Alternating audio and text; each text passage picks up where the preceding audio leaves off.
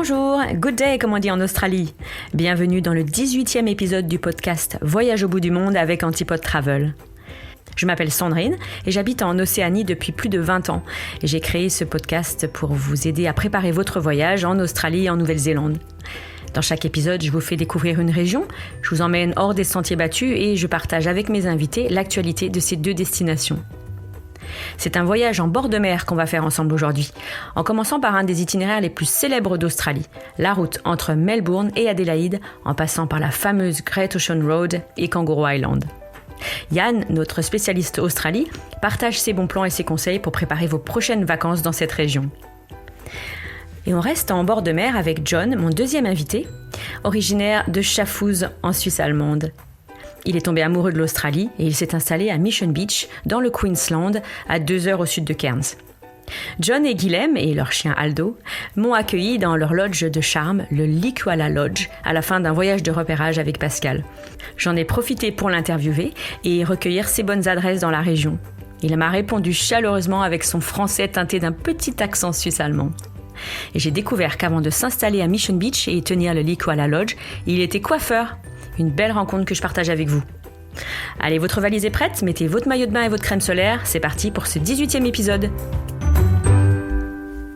Gros plan sur un circuit très apprécié de nos clients qui va de Melbourne à Adélaïde par la fameuse Great Ocean Road.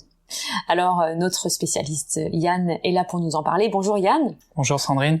C'est un des circuits qui est le plus apprécié, je crois, par les clients. Oui, c'est quelque chose qu'on nous demande souvent, surtout pendant la saison estivale australienne, c'est-à-dire entre le mois de novembre et le mois de mars, parce qu'effectivement c'est la meilleure saison pour voyager dans le sud de l'Australie. Donc meilleure saison au niveau du climat. Par contre, il faut faire attention parce qu'il y a quand même une période très très chargée qui est autour de Noël, Nouvel An, début janvier, les vacances scolaires australiennes. Donc si on peut éviter ces quelques semaines-là, c'est mieux. Oui, même jusqu'à fin janvier, jusqu'à la fête nationale Australia Day qui est le 26 janvier, parce que ce sont les vacances scolaires d'été. Donc tous les Australiens de Melbourne généralement partent sur la Great Ocean Road et sur la côte. Donc effectivement, c'est très difficile de trouver des disponibilités d'hôtels et beaucoup d'hôtels nous demandent des minimums de 2 ou 3 nuits minimum, donc ce qui rend difficile les itinéraires en autotour et en indépendant. Est-ce que Yann, on peut aussi y aller en juillet Alors c'est possible, par contre il faut s'attendre à ce qu'il fasse plus frais, il peut y avoir de la pluie, il peut y avoir un peu plus de vent, donc on peut avoir des températures parfois en dessous des 10 degrés, notamment le soir, donc c'est faisable, mais il faut être prêt à avoir un temps un peu plus frais, ouais. Combien de jours environ il faut compter, Yann, pour ce trajet ?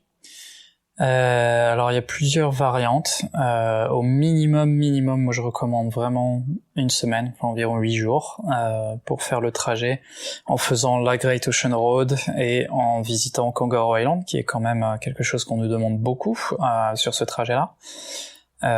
Donc oui, je dirais 8 jours minimum, mais après on peut ajouter des étapes, comme le parc national des Grandes Piantes par exemple.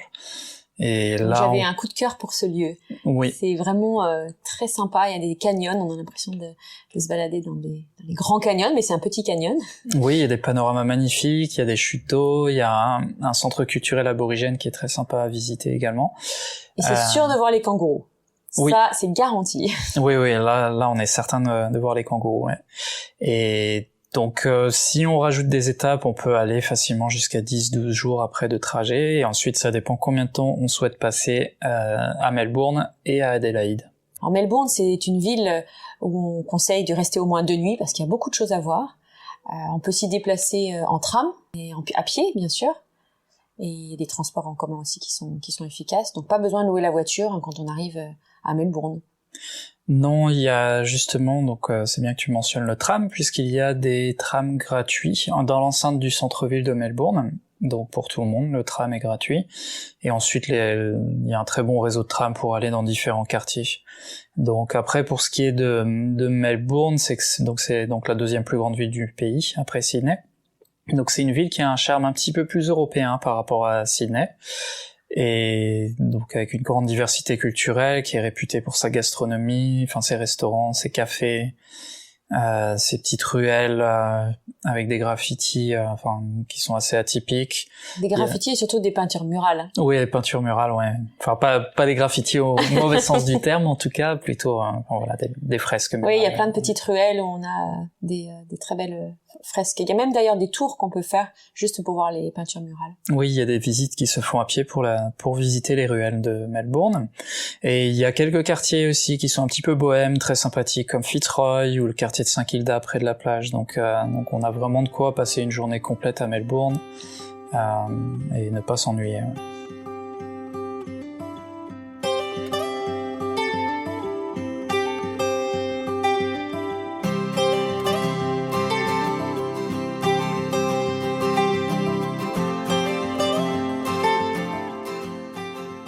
D'accord, donc on a visité Melbourne et on part. Alors on conseille généralement de louer la voiture le jour où on quitte Melbourne pour éviter d'avoir à payer tout ce qui est frais de parking et de s'embêter avec une voiture. Donc on loue la voiture quand on part et on commence notre découverte de la Great Ocean Road. Alors je reviens sur ce que tu disais sur le fait de prendre la voiture le matin même à Melbourne, c'est qu'on recommande effectivement pendant le séjour libre à Melbourne ne pas avoir de voiture parce qu'effectivement le parking, les frais de parking, etc.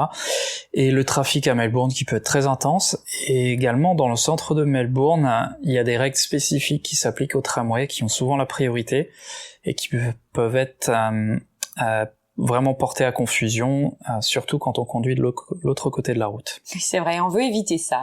Oui, non, tout à fait, ouais. Donc on prend la location de la voiture le matin et on part et on commence à explorer la partie la plus connue de cet itinéraire, la Great Ocean Road.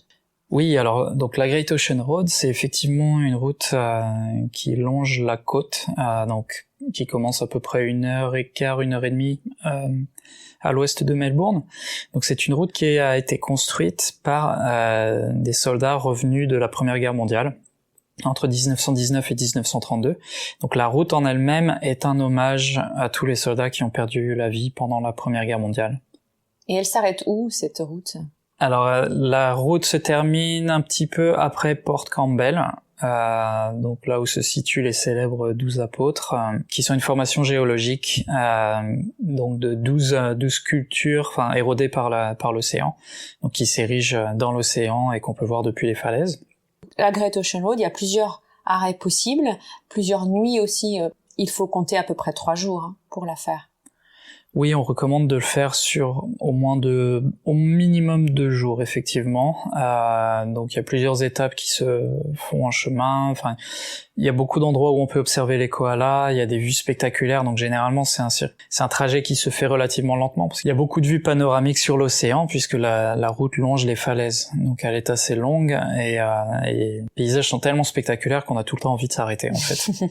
Et alors, comme on conduit à gauche en Australie, on conseille plutôt de faire ce circuit de Melbourne à Adélaïde, justement pour être du bon côté de la route, pour voir les paysages côtiers. Tu confirmes ? Oui, généralement c'est ce qu'on conseille, mais c'est vrai qu'après ça peut dépendre des impératifs au niveau des vols ou au niveau de c'est pas très grave si certains détails logistiques si on le fait dans l'autre sens, mais c'est vrai que oui, c'est tant qu'à faire. Si on le fait dans ce sens-là, on se retrouve du bon côté de la route pour profiter de la vue. Alors des paysages, des curiosités géologiques, des balades, et je crois qu'il y a des animaux aussi qu'on peut voir sur cette route. Oui, donc il y a beaucoup de koalas, donc on peut observer, comme je le disais, il y a un endroit qui s'appelle Kenneth River, qui se trouve entre Lorne et Apollo Bay. Donc là, il y a un parking, un petit café, et après on remonte un chemin, et là on est certain de voir des koalas perchés dans les arbres, donc dans leur habitat naturel. Et également dans le parc national d'Otway, donc qui est juste après Apollo Bay. Donc il y a une marche qu'on peut faire pour aller jusqu'au phare. Et généralement, si on a un peu de chance, on peut voir des koalas aussi dans les arbres. Oui, il y a une espèce, on l'a appelé nous quand on a visité ce lieu, l'allée des koalas, parce que c'est juste la route qui mène au phare, et il suffit juste de regarder, de prendre son temps de regarder dans les arbres, et il y en a beaucoup. Oui. Non, c'est une des régions où on est vraiment sûr d'en voir, quoi.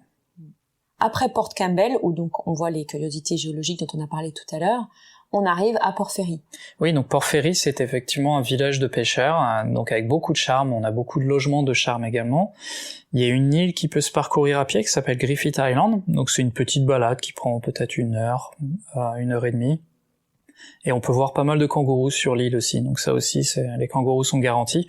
Avec un peu de chance, on les voit même en train de se balader sur la plage, ce qui est toujours atypique et assez sympathique comme point de vue. Et c'est là où vous pouvez faire un crochet vers le parc national des Grampians dont on a parlé tout à l'heure, avec des randonnées très nature, avec des balades de différents niveaux. Et les fameux kangourous qui seront là, c'est garanti. Yann, tu nous le promets. Oui, non, ça c'est certain, dans les Grampians. De nuit également, hein, si on veut profiter d'une journée entière pour voir le parc. Oui, pour visiter le parc national, on conseille de nuit. Donc là aussi, c'est des petits villages de charme. Il y a Halls Gap, c'est la ville principale en fait des Grampians, donc c'est là où se situent la plupart des hébergements. Il y a une autre ville où se situent certains hôtels qui s'appelle Dunkeld, qui est un tout petit village qui est très joli aussi, mais qui est un peu plus excentré par rapport au parc national. Et dans le parc national, il y a aussi différents types de logements, et notamment une formule qu'on propose assez souvent, c'est des cottages dans les relais des parcs. Donc en fait des campings, mais c'est des bungalows et ça peut être tout confort avec évidemment toilettes et cuisine. Donc c'est pas mal, je trouve, dans ce parc des Grampians.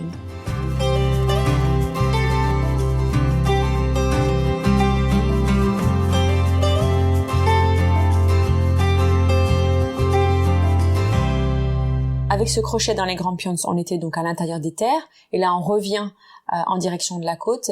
Et là il y a des étapes assez longues quand même pour arriver jusqu'au départ de Kangaroo Island. Hein.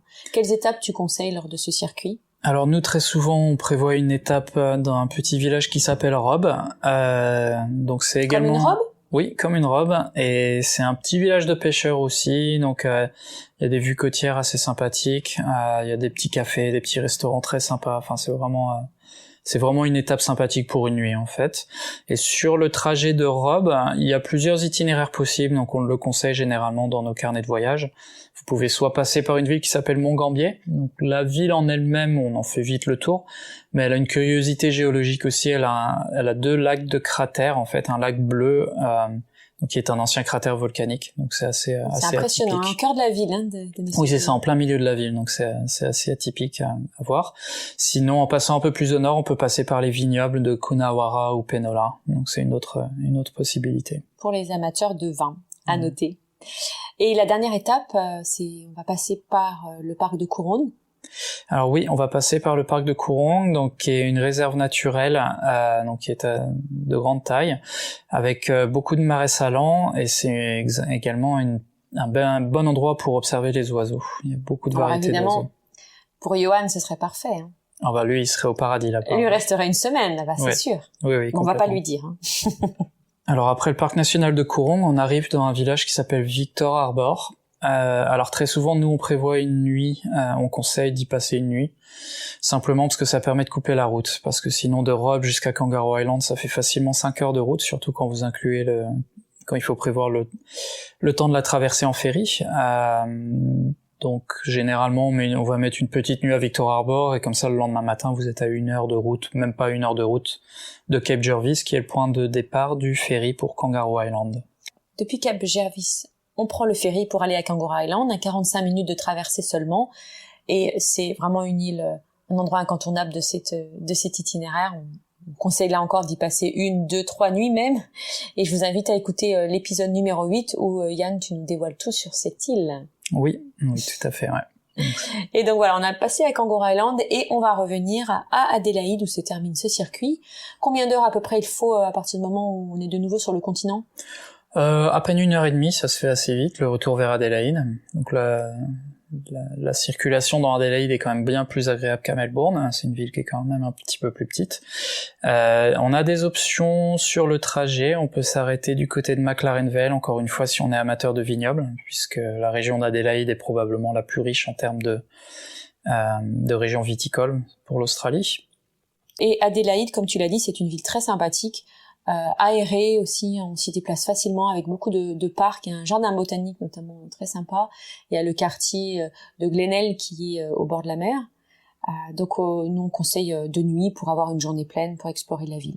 Oui, et l'urbanisme d'Adélaïde est assez curieux puisque le centre-ville est entièrement entouré d'un parc, donc c'est-à-dire dans toutes les directions, donc pour aller dans le centre-ville on doit traverser un parc, donc c'est ce qui rend la ville aussi très très agréable.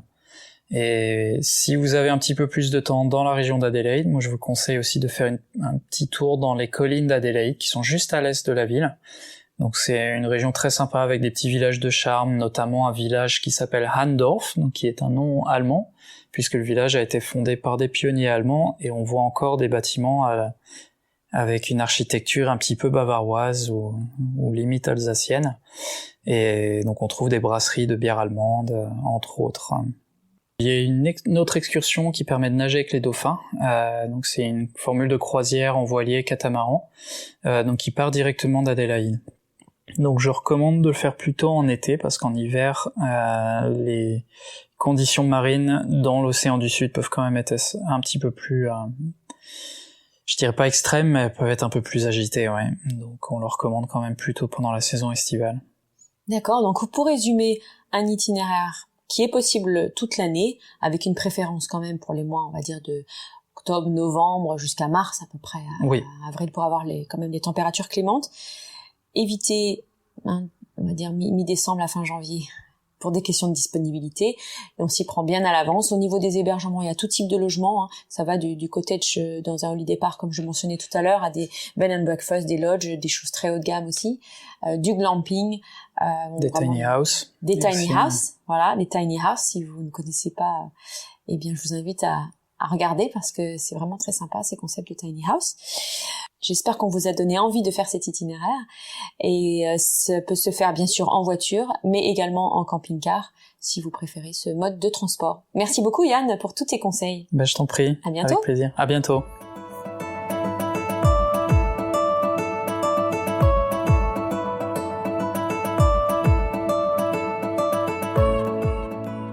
Bonjour John. Bonjour Sandrine. Alors nous sommes ici au Likoala Lodge à Mission Beach, dans le Queensland, dans le nord du Queensland. Et je suis avec toi dans ce lodge qui est vraiment magnifique au milieu d'un jardin tropical extraordinaire. Alors d'où tu viens exactement, John ? Moi, je suis de la Suisse allemande. Et de quel endroit en Suisse allemande ? De Schaffhouse.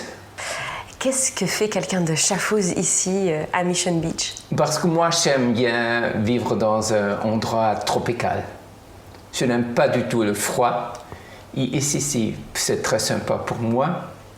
J'aime la plage, j'aime la nature, la forêt tropicale. Ici, c'est aussi comme le Daintree. Ça fait 150 millions d'années. C'est la forêt tropicale plus ancienne du monde. Et aussi la côte, Cassowary Coast, c'est aussi la forêt ici, c'est de la même chose. Alors J'aime ça, la nature et la biodiversité. C'est la plus haute de toute l'Australie, ici, sur la côte. Et ça fait longtemps que tu habites en Australie ? Moi, j'habite maintenant, on a acheté la lodge il y a 1 an et demi. Mais il y a 30 ans, je suis venu en Australie. Dans cette région ? Oui. Non, pas dans cette région. C'était Sydney et Brisbane. Moins tropical. Moins tropical, oui. Mais mieux que la Suisse. Le climat. Le climat. J'adore la Suisse, mais toute ma famille et tout ça. Mais oui, le climat, pour moi, c'est très important. Et tu parlais de la côte, le Cassowary Coast. Donc, oui. C'est le nom d'un oiseau très particulier, le casoar, oui. Qu'on peut trouver ici. Et je crois qu'il se promène un ou deux dans la propriété. Oui. Normalement, chaque jour, ils promènent dans la propriété parce qu'ils sont très territoriaux. Et nous avons une femelle et un mâle qui sont dans notre territoire, plus ou moins. Et maintenant, jusqu'à maintenant, en automne, ça commence que nous les voyons ensemble, parce que normalement, ils sont seulement toujours seuls. Ils s'accouplent en ce moment ? Oui, ils s'accouplent en ce moment. D'accord. Et c'est très beau. Donc il y aura bientôt des bébés casoars qui vont se balader ? J'espère oui, parce que l'année passée, le cycle se nomme comme ça, mais après c'est le mâle qui s'occupe des œufs, et ça fait 50-52 jours. Mais il n'était pas là pour les 50 jours. Mais après, quand il a retourné, pas de bébé. Ah, mais c'est le mâle qui s'occupe des bébés ? Oui, c'est le mâle. Très bien, très moderne, c'est bien. Alors ce lodge, donc j'ai eu la chance de pouvoir y rester et c'est vrai que c'est très très calme, il y a seulement 5 chambres. Donc un bed and breakfast. L'idée d'avoir un lodge, c'est quelque chose qui te tenait à cœur depuis longtemps? Oui, parce que ma profession c'est coiffeur, mais toujours j'aime travailler avec les gens et j'aime toujours, toute ma vie, j'aime faire la cuisine. J'ai fait des courses de cuisine ayurvédique et beaucoup de choses. D'ailleurs, on peut choisir une version ayurvédique du petit déjeuner le matin. Oui, en ce moment, oui. Mais c'est possible que ça change. Parce que maintenant, nous sommes allés au Daintree et j'ai vu il y a beaucoup de bush tucker. C'est des choses de la nature de l'Australie. Et maintenant, on va voir de faire plus ça dans le petit déjeuner. Avec des Davidson plums, des fruits, des marmelades, des fruits exotiques d'Australie. J'aime bien. Changer, varier. Ouais. Et donc le lodge, c'est avec le petit déjeuner et il y a aussi le coiffeur inclus? Non. J'aime couper les cheveux, mais toutes les autres choses, des couleurs et tout ça. Le lodge est vraiment au cœur d'un jardin tropical. Il y a une piscine aussi, très agréable. Est-ce que tu as beaucoup à faire dans le jardin? Oui, mais j'aime beaucoup. Ça demande beaucoup d'entretien? Oui, parce que avec mon expérience, la nature ici, c'est très fort. Il pleut beaucoup et après il fait chaud, l'humidité et tout ça, et ça change vraiment.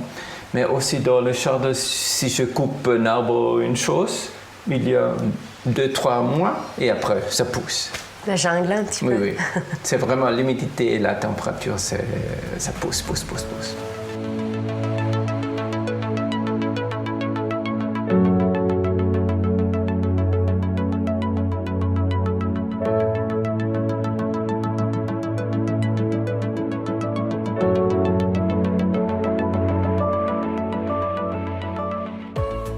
Et comment est la vie à Mission Beach?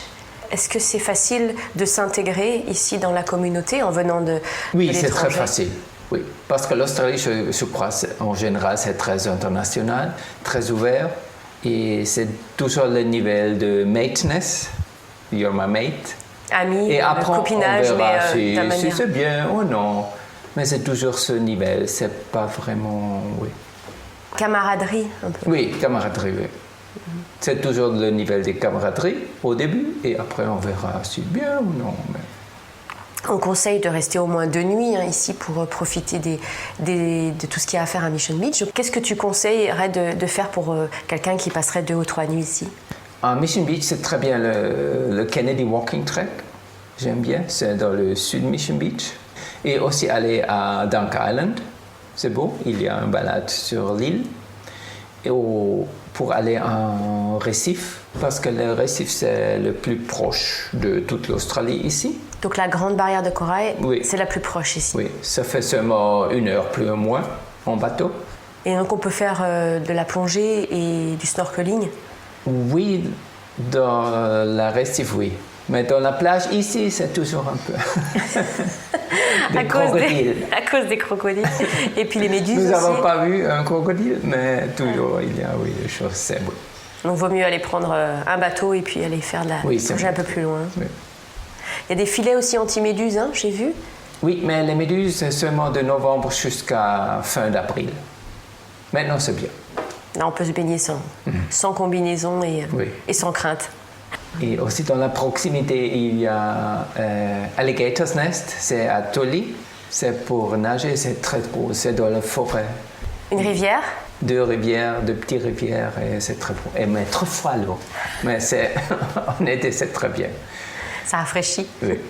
Et notre plage favorisée, c'est Garner's Beach, c'est au nord. C'est une petite plage, très naturelle. C'est très beau.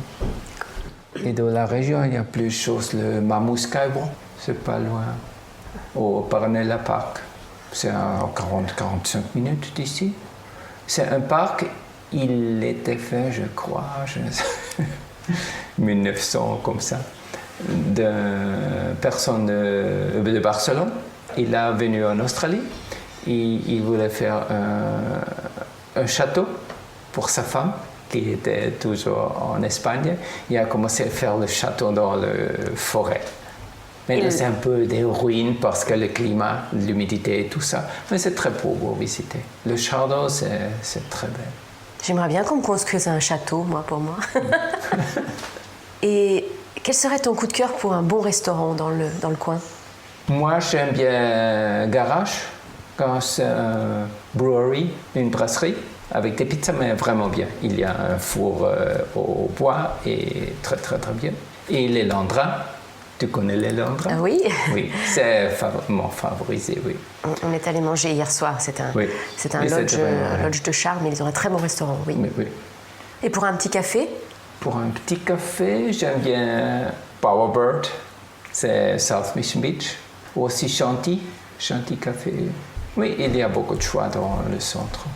Et tous sont bons. D'accord. Ça donne envie de rester longtemps. Oui. Quand nous avons pris la lodge, au début, c'était possible pour une nuit. Mais beaucoup de gens sont arrivés et disaient « Oh, c'est très beau, c'est trop beau.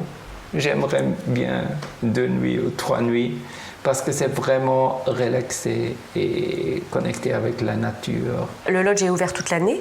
Oui, maintenant on a fermé le février. Parce que février, c'est très humide, chaud, il fait très chaud. Avec des cyclones, c'est possible et tout ça. Et ce qui est bien aussi, c'est que les chambres sont très bien équipées, avec une salle de bain. Et puis il y a aussi une lounge et une cuisine commune. Donc si vous n'avez pas envie d'aller manger dehors, vous pouvez aussi vous faire à manger ici.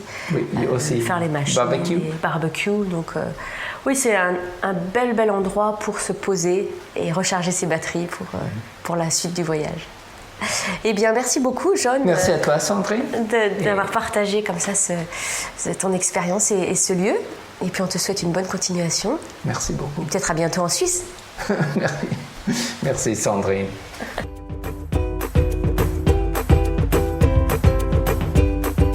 Cet épisode australien se termine. Merci beaucoup d'avoir voyagé en ma compagnie. Un grand merci à Yann et à John pour leur participation. Vous pourrez retrouver les références de cet épisode dans les notes. Et si vous voulez profiter de l'expertise de Sandrine, Yann et toute l'équipe d'Antipode Travel pour organiser votre séjour en Australie, rendez-vous sur notre site antipode-travel.com. Si cet épisode vous a plu, abonnez-vous, partagez-le autour de vous et laissez-nous 5 étoiles. À très bientôt pour un nouveau voyage au bout du monde.